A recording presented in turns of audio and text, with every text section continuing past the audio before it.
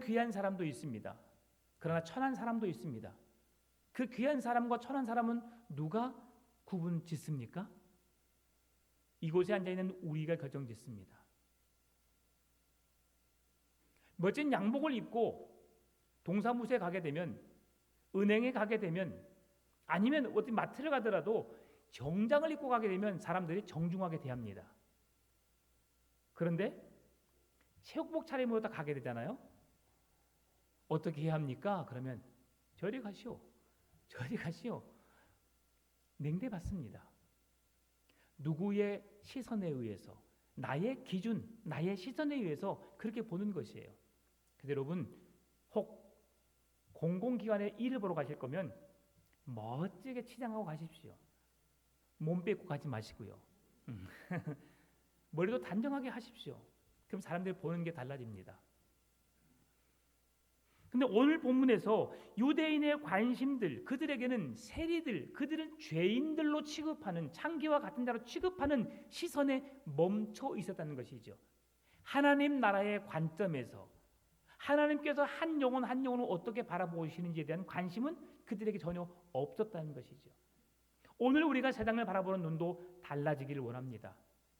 지나가는 거린, 아우 더러워, 아우 냄새나, 사람이 아닌 것처럼 그를 취급할 것이 아니라 그도 하나님이 사랑하시는 한 영혼으로 바라본다면 그 영혼에게 다가설 수 있는 것이지요. 마태는 세금을 걷는 직업이었습니다. 로마의 하수인 직업이었습니다. 로마의 앞잡이 노릇을 했지요. 그런데 이들의 삶은 대부분 부유했습니다. 그래서 사람들이 더 싫어한 것 같습니다. 나쁜 짓을 하면서 더 그들의 삶이 부유해진 것이죠. 그런데 이들을 통해서 유대인들이 바라보지 못한 것은 예수님의 시선과 예수님의 관심이 어디에 있는지를 볼 수 없었다는 것이지요. 세리들은 재판관이 될 수 있는 권한도 없었습니다. 재판장의 증인이 될 수 있는 권한도 없었습니다. 무슨 말씀이에요? 재판장이 될 수도 없고 재판의 증인으로 참석할 수도 없었습니다. 무슨 말씀입니까? 사람 취급하지 않았다는 것이죠. 이들은 사람답게 살 수 없었다는 것이죠. 이름을 가졌지만, 이 한국의 국적을 두었지만 한국 사람으로 살지 못하는, 냉대받는 사람으로 살고 있다는 것이죠. 작년에 아이들과 함께 캄보디아를 다녀왔습니다. 그곳에 쓰레기산이 있어요. 쓰레기산. 근데 그곳에 있는 아이들은 호적이 없습니다. 이름이 없어요. 그 부모도 이름이 없습니다. 캄보디아 사람이지만, 그분 캄보디아 살고 있지만 캄보디아 국적도 없고요. 그들의 이름도 없어요. 동사무소 가고 어디 가서 공공적인 일을 하려고 해도 그들은 아무것도 할 수가 없습니다. 그러니 그들은 직장에 나가서 돈을 벌 수가 없죠. 신원이 확보되지 않았으니까요.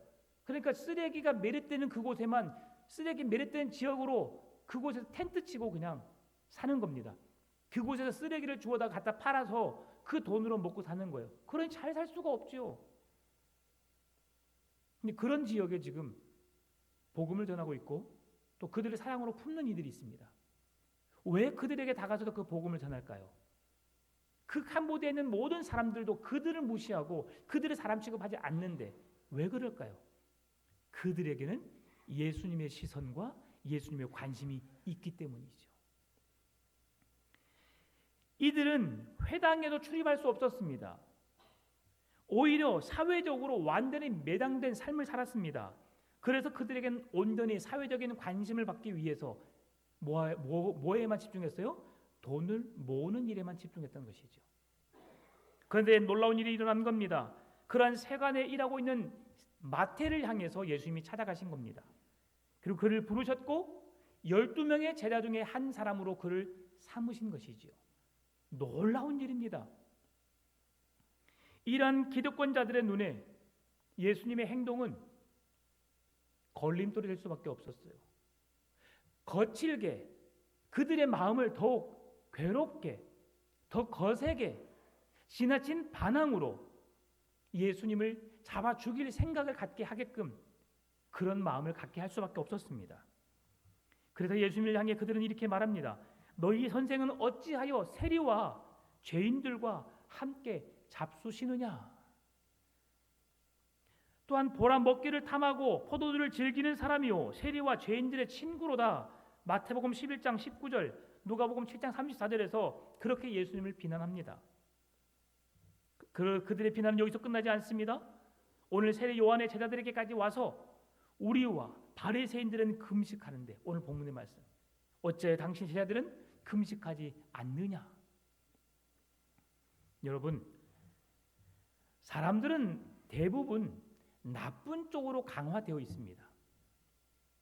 칭찬하는 데는 인색하고요, 남을 저주하고 비난하는 말에는 서슴없이 여러분 동참하게 되어 있습니다. 여러분 한번 생각해 보십시오.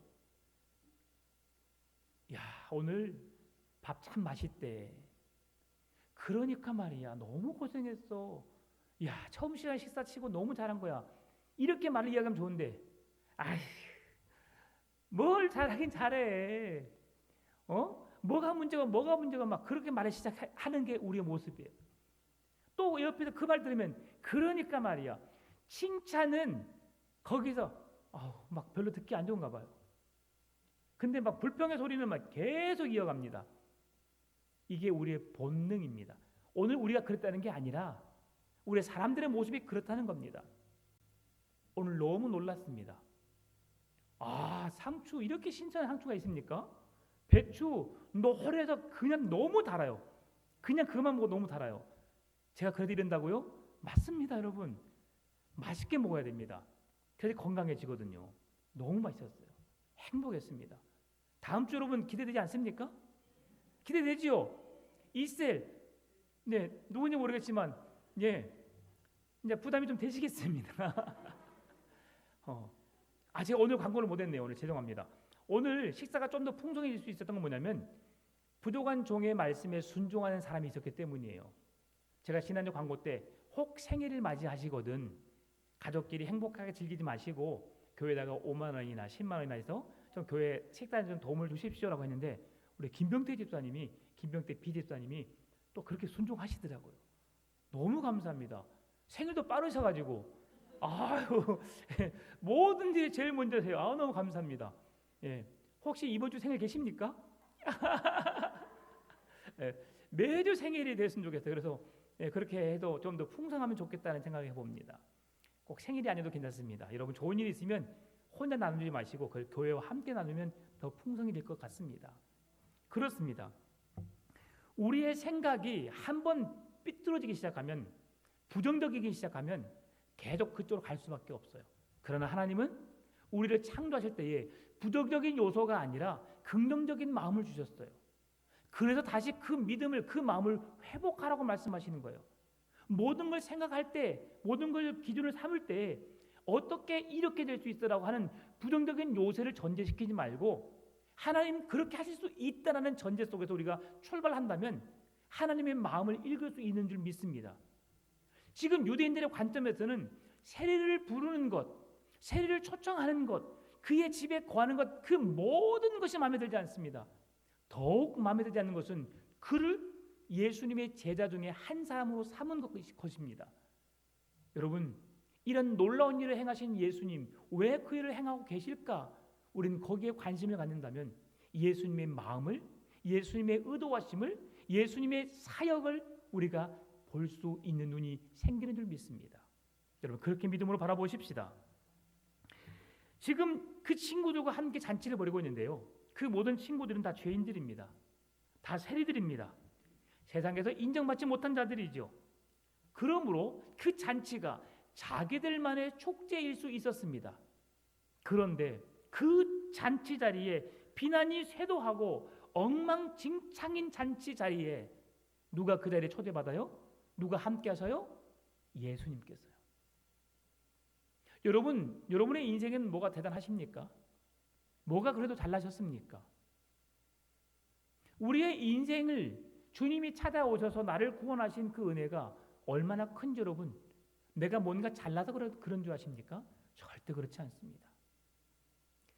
이 세상에 가장 잘난 사람이라고 할 수 있는 사람이 사도 바울입니다. 근데 그가 나는 죄인 중에 괴수라고 말합니다. 그러면 우리들은요, 더 못한 자들이지요. 율법에 능통한 자, 율법을 지켜냈던 자가 바울입니다. 635개 조항을 몸으로 실천하기 위해서 몸부림쳤던 자, 그 삶으로 살아내려고 몸부림쳤던 자가 누구라고요? 사울이었어요. 그렇게 율법에 능통했고 율법에 완벽했고 가말리엘 문화에서 배웠던 석학이었습니다.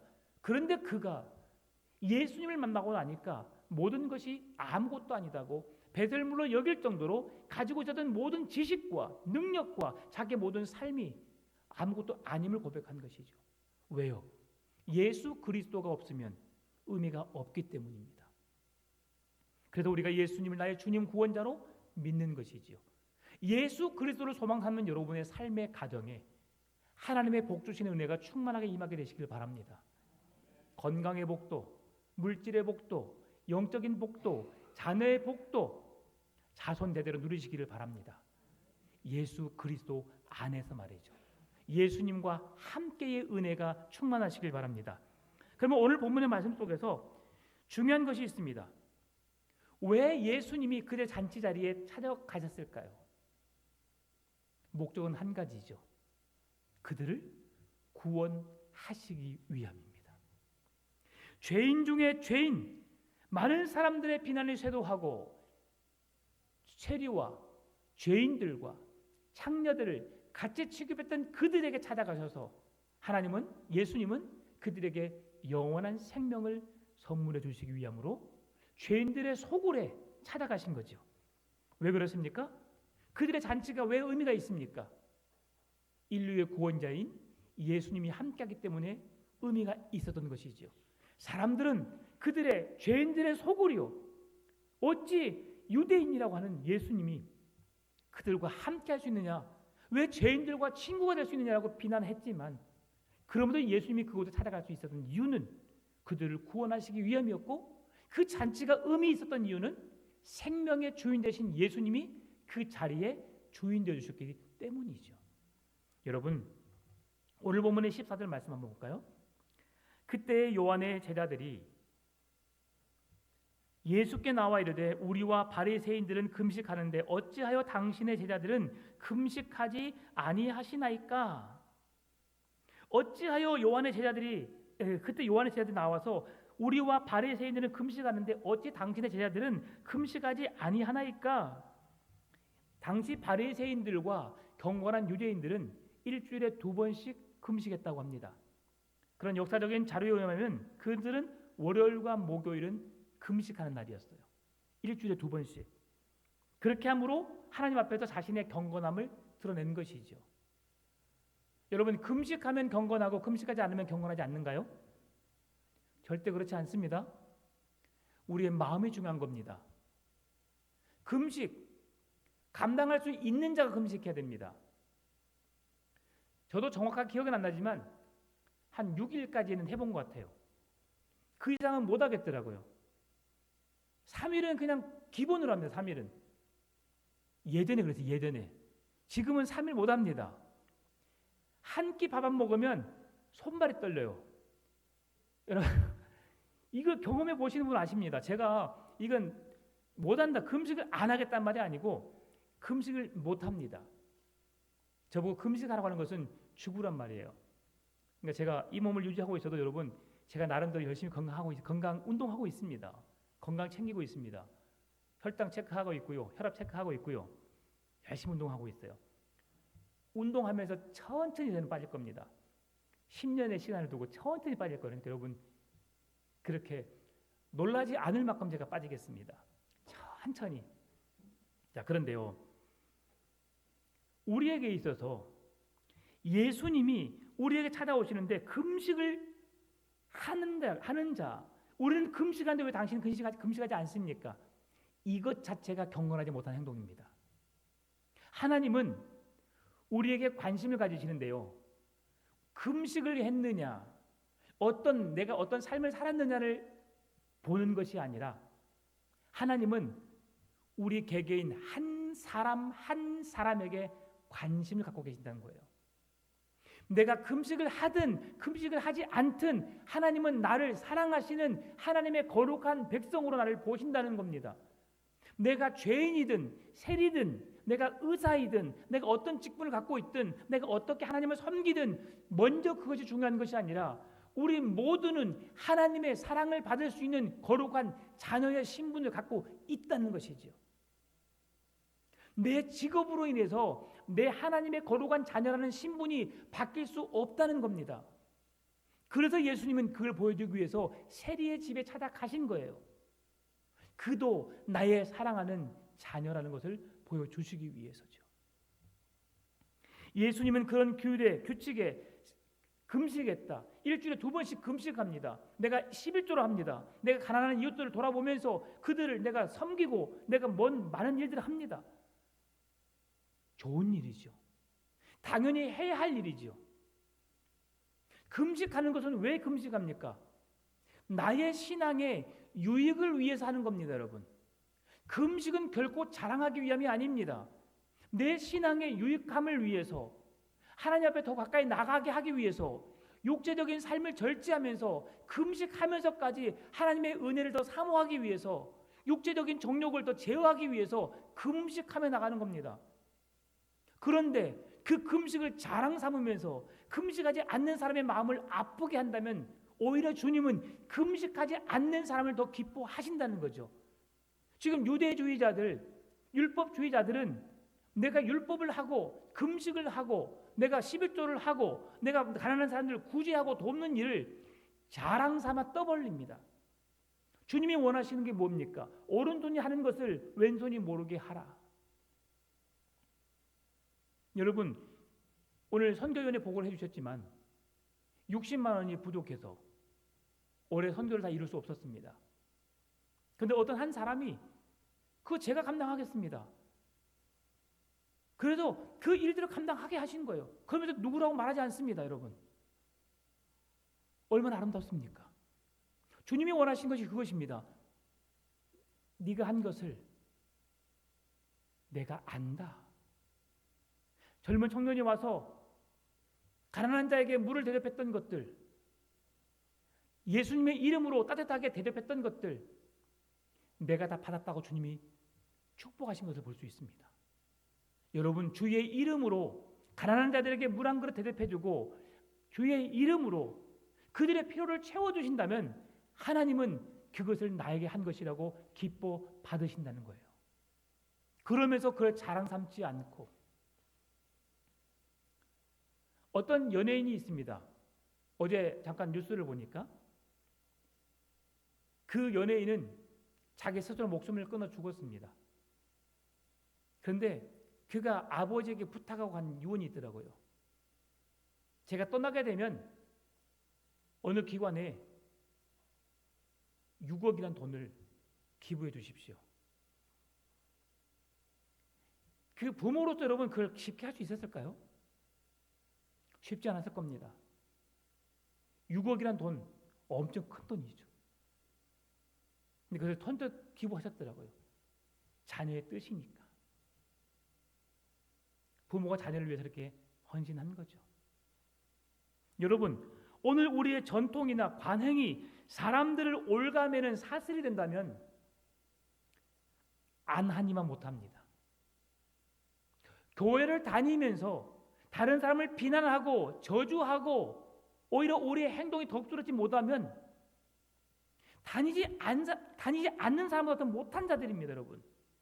그것을 통해서 하나님의 영광을 가리운다라고 말하는 겁니다. 그리스도인이라면, 교회를 다닌다면, 예수를 믿는다면 우리는 말과 행동이 달라져야 합니다. 누군가가 너무 짜 라고 말한다면 집에서 늘 싱겁게 먹으니까 이곳에서 하나님께서 양념을 좀 강하게 하셔서 우리의 신체적 건강을 맞춰가기 위함인가 봐. 웃으면서 해준다면 다들 좋아합니다. 어떻게 음식을 해주든 맛있게 먹고 물로 배를 채우세요, 여러분. 속에서 헹궈 좀 되잖아요. 섞어 좀 되잖아요, 여러분. 네, 그게 정답은 아닙니다. 잘 건강 알아서 여러분의 식단에 맞게 조절하시겠지만 좀 좋게 생각하는 거예요. 마태복음 8장의 부분 보게 되면 두 사람이 귀신 들려 무덤 사이에 거하다가 예수를 만나고 온전해지는 사건이 나옵니다. 예수를 만났는데 온전해져 버렸어요, 여러분. 그리고 그들이 돼지떼에게 들어갑니다. 그리고 그의 주인들이 이제 그 돼지떼 그 귀신으로 인해서 먹고 살았어야 되는데 못 사게 되는 거예요. 예수님으로 하여금 그래서 그 지역에 당신 나가시오라고 거부합니다. 왜 이런 행동을 했을까요? 돼지떼가 몰살당했어요. 2,000마리가. 값이 얼마일까요, 여러분? 한 마리에 100만 원, 10마리면 1,000만 원, 100마리면 얼마요? 1억 얼마죠? 1억인가요? 100만 원, 1,000만 원, 1억 맞죠? 1억 원. 2,000마리면 얼마요? 2억 원인가요? 20억 원인가요? 2억 원인가요? 자, 그렇습니다. 100만 원, 1,000만 원, 2억 원, 10마리, 100만 원, 1,000만 원. 잠깐, 엄청 큰 돈이죠. 자, 이 상황을 보고 그 일이 이루어진 모든 사람들의 관심은 어디에 있었어요? 돼지떼에게 있었어요. 돼지떼를 통해서 피해를 입은 돈 2억 원에 대한 거기에 모든 사람의 시선이 들어있었어요. 그 피해를 입힌 예수님께 우리 지역을 떠나가시라고 예수님을 그 지역에서 보내버렸어요. 그런데 그 일을 통해서 하나님이 하시려는 일은 뭐예요? 귀신 들린 한 여인을 건져내신 거였어요. 거기에는 유대인들과 수많은 모든 사람들은 하나님께서 한 영혼을 찾아 그 귀신 들린 자로부터 자유를 주시고 그에게 예수 그리스도의 생명을 주셔서 하나님의 거룩한 자녀답게 살 수 있는 길을 열어주신 예수님을 볼 수 없었고, 오히려 그 여인에게서 나간 그 귀신으로 인해서 돼지떼로 하여금 돼지를 몰살시키든 돼지에 피해를 입히게 했던 그 물질적인 것에 눈을 가게 하니까 이 땅의 구원자로 오신 생명이신 예수님을 눈에 볼 수 없었고, 그 생명이신 예수님을 자기들 곁에서 쫓아내버리고 오히려 자기에게 피해를 주는 자, 피해를 입히는 자로 예수님을 동네에서 추방시켰다는 것이죠. 오늘 우리들도 다를 바가 없어요. 눈에 보여지는 피해로 인해서 우리는 그 피해된 것을 봅니다. 우리의 관심이 어디 있느냐? 여기서 점검해 봐야 됩니다. 예수님은 잃어버린 한 영혼을 찾아 이 땅에 오셨습니다. 죄인된 우리를 구원하시기 위해서 십자가에 못 박혀 죽기까지 우리를 사랑하러 이 땅에 오신 거죠. 유대인들의 관심사는 예수님이 이 땅에 왕으로 군림하셔서 로마의 압제로부터 자유하고 모든 세대를 통치하고 다스린 데 관심이 있었습니다. 우리의 죄의 값을 지불하시고 구원자로 오신 예수 그리스도께는 아무런 관심이 없었지요. 그러나 그들이 그렇게 냉대하고 예수님을 핍박했던 이유는 하나님의 말씀을 이루시기 위함이었고, 결국 예수님의 죽으심과 부활하심을 통해서 우리의 구원은 완성된 것입니다. 한 사람이 구원받는 것에 여러분 관심을 가지시기 바랍니다. 15절 말씀, 혼인집 손님들이 신랑과 함께 있을 동안에 슬퍼할 수 있느냐? 그러나 신랑을 빼앗길 날이 이르리니 그때는 금식할 것이니라. 여러분, 지금 마태의 잔치집이 아니면 우리의 결혼식 집이 슬퍼하는 자리가 될 수 있습니까? 아들이 혼자를 놓고 있는데 여러분, 그날에 우리에게 장래의 날과 같은 시간들 될 수 있어요? 아니죠. 그런데 더군다나 마태의 집에 이 땅의 구원자신 예수님이 찾아가셨는데 그들의 잔치 자리는 더없이 행복할 수밖에 없었을 것이죠. 왜요? 우리의 구원자이신 예수님과 함께 하는 잔치이기 때문이죠. 지금 우리에게 무엇을 말씀하고 계십니까? 예수님을 믿는다는 것이 무엇인지를 우리에게 보여주고 있는 겁니다. 우리가 믿고 같은 교회에서 신앙생활을 한다는 것은 우리의 삶이 잔치집과 같아야만 말씀하는 거죠. 여러분, 교회 오는 것이 즐겁습니까? 행복하십니까? 아우, 시간이 지나다 보면 벌써 주일이요. 어떻게 바빠 죽겠는데 교회는 가야겠고, 아우, 왜 그래 주일은 빨리 돌아와? 만약에 그러신다면 여러분은 관심이 주님보다 세상에 있는 겁니다. 이야, 벌써 한 주간 지났어? 나 진짜 목사님 말씀 듣기 너무너무 사모해지고 요즘에 너무 좋아. 누구 만나려니까 너무 행복한 거 있지. 애들아 빨리 옷 입어. 교회 가야지. 만약 그런다면 우리의 행복은 주님께 있는 거예요. 늘 주님과 함께 더불어 살다가 주님께 예배함으로 그 행복을 더 풍성하게 채워가는 시간들이 된 것이지요. 오늘 우리의 모습 속에서 잔치집에 오는 마음으로 기쁨과 감사함으로 주의 몸된 교회를 출입하시기 바랍니다.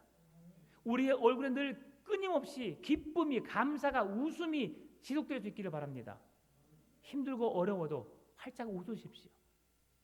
웃는 우리의 얼굴을 보고 다른 사람들의 얼굴도 근심 걱정이는 얼굴이 변화해서 웃음으로 변화되는 줄 믿습니다. 하나님을 만나는 기쁨으로 설레이며 예배를 통해서 풍성한 은혜를 경험하시기를 바랍니다. 오늘 본문의 16절 17절입니다. 생배 조각을 낡은 옷에 붙이는 자가 없나니 이는 기운 것이 그 옷을 당기어 헤어짐이 더하게 됨이요 새 포도주를 낡은 부대 가죽 부대에 넣지 아니하나니 그렇게 하면 부대가 터져 포도주도 쏟아지고 부대도 버리게 됩니다. 새 포도주는 새 부대에 넣어야 둘이 다 보존되느니라. 아멘. 낡은 옷에다가 여러분 새천 조각을 붙이는 사람이 있어 없어요? 거의 없습니다. 새 옷에다가 낡은 천을 깁는 사람이 있을까 없을까요? 그것도 없습니다. 왜냐하면 둘이 맞지가 않아요. 낡은 옷은 조금 몇 번 입다 보면 버려지게 되거든요. 거기다가 왜 새 천을 기워요? 아깝게. 정말 멋진 옷인데 그 옷에다가 곧 헤어질 수밖에 없는 낡은 천을 대가지고 여러분 옷을 깁는 사람 봤어요? 아닙니다. 새 옷에는 그 새 옷에 맞는 천을 대는 것입니다. 가죽 부대가 새 포도주를 넣게 되면 포도가 가스가 생깁니다. 그럼 팽창이 되죠. 여러분 매실 담아 보셨죠? 매실 담아 보면 가만히 놔두는데 어떻게 해요? 막 플라스틱 병이 어떻게 돼요? 제 배처럼 부르잖아요. 이렇게 막. 그때 여러분 모르고 그냥 팍 열어보면 어떻게 됩니까? 팡! 제가 우리 어머니가 옛날에 한 10여 년 전에 복분자를 했어요. 복분자를 한 통 주셔가지고 딱 집에 낳고 있는데 배가 이렇게 불렀어요. 모르고 콜라 열듯이 그냥 팍 열어봤더니 온 천지가 그냥 다 복분자가 튀겨버려서 복분자가 여러분 매실은 색깔이 잘 안 보입니다. 복분자는 뭐 싱크대며 천장이고 모든 벽지가 다 복분자 색깔로 튀겨버렸어요. 우리 아내는 출근해 있죠. 저 혼자 집에서 하루 종일 닦았어도 앉아요. 와, 복분자도 아깝지만 제가 그거 처리하려고 제가 엄청 내가 혼났던 적이 있습니다. 지금은 아내를 다루듯이 사랑스럽게 조금씩 바람이 픽픽 소리 나는 걸 들으면서 엽니다. 왜요? 그러다가도 넘칠 수 있거든요. 혹 뚜껑을 잡지 못해서 날아갈 수 있어요. 그러니까 뚜껑을 밑으로 누르면서 엽니다. 이게 제가 기술을 알려드리는 거예요. 절대 튈 일이 없어요. 그러면 나중에 바람이 피 하면서 거품이 뽀글뽀글 올라와요. 그 거품이 싹 사라진 상태에서 그때 또 흔들면 거품이 또 올라옵니다. 그러니까 흔들리지 않게 조심히 닫아야 돼요. 그래야지 보관될 수 있습니다. 여러분 그렇습니다. 여러분 그렇게 가스가 차는데 헌 가족부터 어떻게 되겠어요? 가스를 이기해서 못해. 그 팽창감을 버틸 수가 없는 거예요. 낡은 옷은 쉽게 찢어집니다. 그래서 주님은 새 가죽 부대에 새 포도주를 담으라고 말씀하시는 거예요. 이것은 무슨 말씀입니까? 전통을 깨뜨리고 율법에 치우쳐서 찌들려서 죄악된 모습 속에 있는 너희들의 모습 속에 말씀이 들어가는 것은 옳지 않다. 그 모든 옛 습관들 다 벗어버리고 예수님의 새 사람으로 우리가 변화를 받아 복음이신 예수님을 영접하는 새 옷을 입으라고 말씀하시는 거예요. 과거의 옛 구습을 쫓던 그 모든 신앙을 벗어버리고 예수 그리스도 십자가의 복음 안에 있는 그 구원자이신 예수님을 만날 믿음의 새 옷을 입고 이 땅에 오신 예수님을 영접할 것을 말씀해 주고 있는 겁니다. 주님의 말씀을 그들은 배척했습니다. 귀신 들린 사람이 온전해진 것을 보면서도 그들은 주님을 밖으로 내보냈습니다. 뭐가 진짜인지 무엇이 새 것인지를 몰랐던 거죠. 그럼에도 마태는 그 구원자신 예수님을 영접한 거예요. 어떻게요? 나를 따르라라는 그 말씀에 너무 갈급했던 그 마태는 나를 불러주신 그 예수님을 향해서 달려간 거예요. 여러분을 사랑한다고 고백하시는, 여러분을 구원하시러 이 땅에 오신 예수 그리스도의 그 넓은 품으로 달려가시는 그 예수님을 안으시는 여러분 되시기를 바랍니다. 첫 번째, 이제 오늘 본문의 말씀 보게 되면 두 가지 사건을 성경에서 이야기하고 있어요. 그런 주님의 말씀을 받아들인 두 사람을 이야기하고 있습니다. 첫 번째 사람은 한 사람, 그 사람 누구냐면 마태복음과 누가복음에는 회당장이라고 말하고 있습니다. 회당장은 누구입니까? 당시 회당을 책임진 사람입니다. 유대 정통주의자 중에 한 사람입니다. 그런데 그 정통주의자가 예수를 경멸하고 미워하는 사람들 중에 한 사람이었습니다. 그의 딸을 살리기 위해서 그는 의사는 다 찾아갔습니다. 근데 고칠 수가 없었지요. 예수님께서 그를 만나 주셨어요. 어떻게 만나 주셨습니까? 최후의 수단으로 그가 가졌던 모든 전통과 습관, 무슨 말씀입니까? 아픕니다. 어디 가야 돼요? 병원을 찾아가죠. 명의를 찾아가죠. 그러면서 모든 재단을 다 허비했어요. 결국 주님 앞에 나왔습니다. 회당장 야이로의 딸을 살리신 예수님. 죽었다고 말하지만 예수 뭐라고 말씀하세요? 잔다라고 말합니다. 그리고 그의 죽음을 깨워서 살려주시는 역사를 그의 가정에 선물해 주십니다. 누가요? 예수님께서. 예수님이 우리와 함께 하시면 죽은 자도 살아나는 능력이 역사가 나타날 줄 믿습니다. 새 생명의 은혜가 예수 그리스도께 있음을 믿습니다. 두 번째 주는 여인은 누굽니까? 12의 혈루 중 하는 여인입니다. 이 여인 또한 마찬가지입니다. 많은 시간을 의원들을 찾아가서 자기의 질병을 고치기 위해서 허비하였습니다. 근데 그 곁을 누가 지나갔어요? 구원자이신 참 생명이신 예수님이 지나갔습니다. 그리고 그의 옷자락만 만집니다. 옷자락을 만짐으로도 나의 모든 질병이 치유된다는 간절한 믿음이 있었던 것이죠.